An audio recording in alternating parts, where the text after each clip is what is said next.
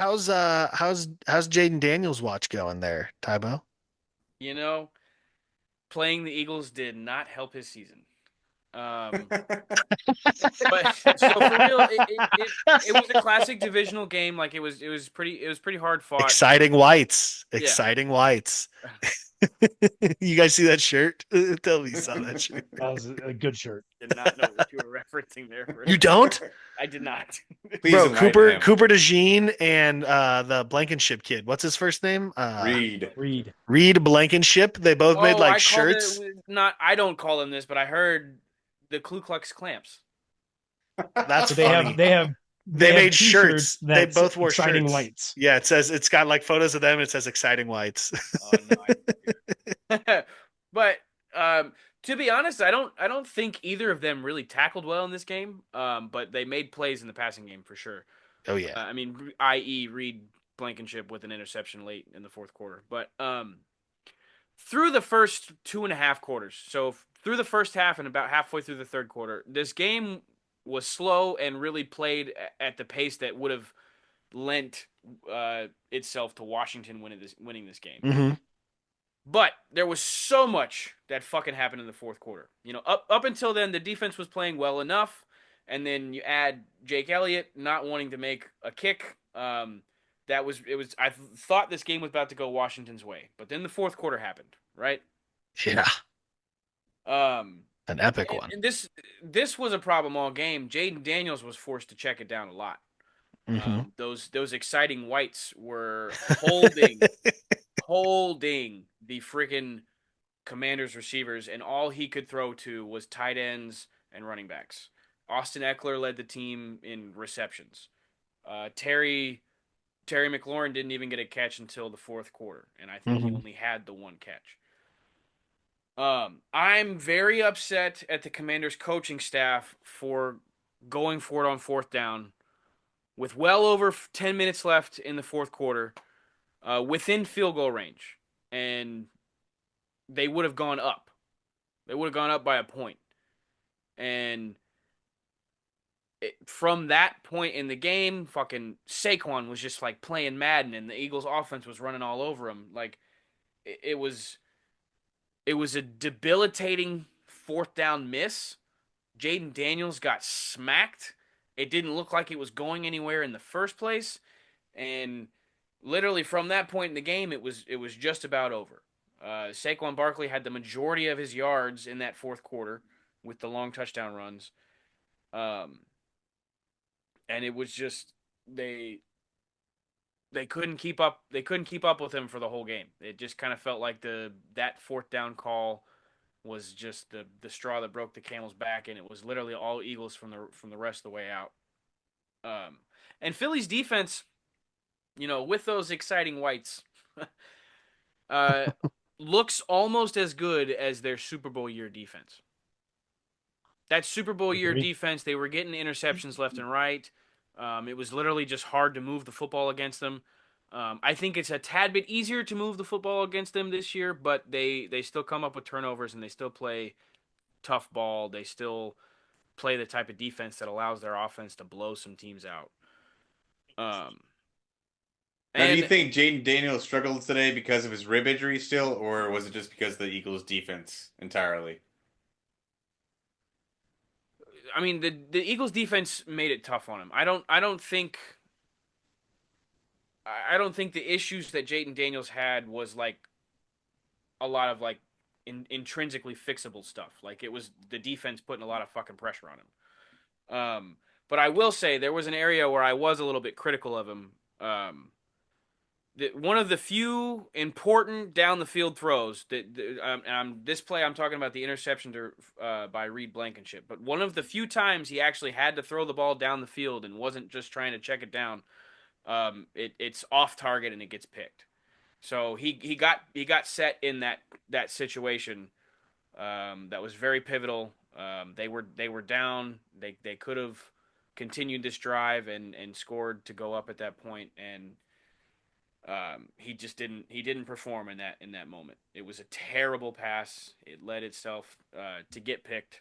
hmm And that's the struggles that you face with a rookie quarterback. I You think it know, was a good learning lesson for him, honestly. I think he learned a lot. I think, there's no real moral victories in the NFL, of course.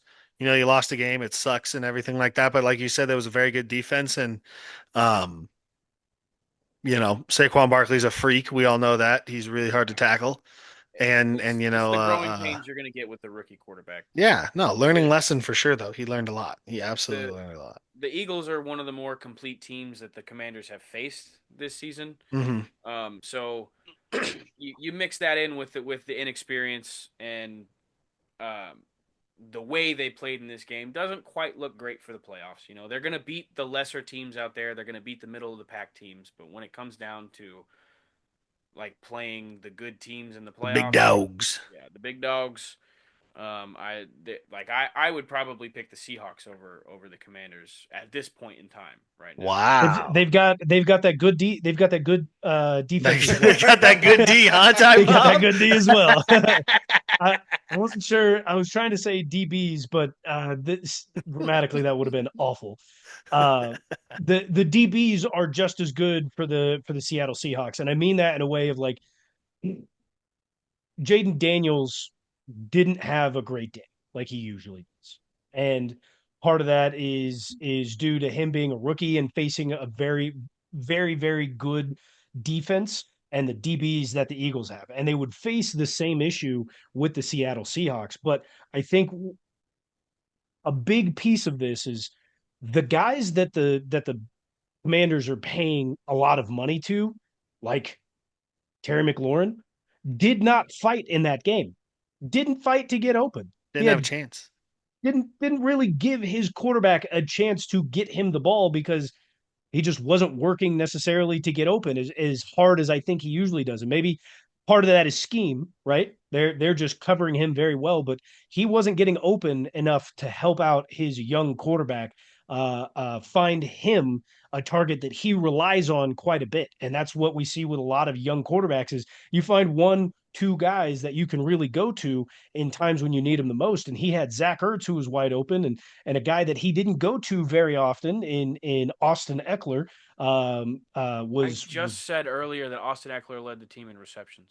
I know that's Hmm. what I'm saying. Like a guy that he doesn't go to very often, he had to switch that up and go to Austin Eckler Oh, versus being able to go downfield to Harry McLaurin, a guy that he has relied on for a majority of this season. And so well, Scary Terry's gonna have to figure it out when they go up against those types of defenses and be a reliable resource for his young quarterback in these tough games against these really good defenses. I, I guess I kind of get why you're being critical of the receivers there, but I mean, Jaden, you need to be maybe a little less critical on Jaden Daniels in that instance because he was taking what the defense was giving to him for Sure. the first almost three full quarters of that game. Um, Yeah. I But I feel think like that Terry McLaurin's always gone off and they usually win. Like if he goes off, they usually win those you're games. facing a good secondary. Like Hmm. it's just you gotta. I mean, Some literally exciting whites. take the defense is Let going me to hand tell you. you. And That is that hilarious. pivotal moment in that game was the fourth down call. Like you're well within Yeah. field goal range. It's over 10 minutes left in the fourth quarter. Like you need to kick the field goal there, and the play call for the fourth down wasn't even like good. So that's probably the pivotal moment in that game because I feel like the Commanders, while it didn't feel like they had it, quote unquote, in hand, like they could have had a much better chance to win that game if they don't go for it on fourth down right there. One more thing, slightly before I move on, or before the show moves on, whatever. I do have to give. Did Tybo just try and kill himself I do before have to I move give. on? I do have to give flowers to Zack Ertz. Coming back to Philly, getting his touchdown at the end of the game, fantastic. But did you guys see that fucking catch for the 2-point conversion? Did you see the Yep. angle he had to stick his feet inbounds? No, I didn't. Let me pull It's it up. difficult It See to if I was watch. can. wild. It was an amazing catch. I like of all the things that stood out to me from this game, I was like, "Good damn, that was a fucking good catch." That was When he's healthy, he is a top tier tight end.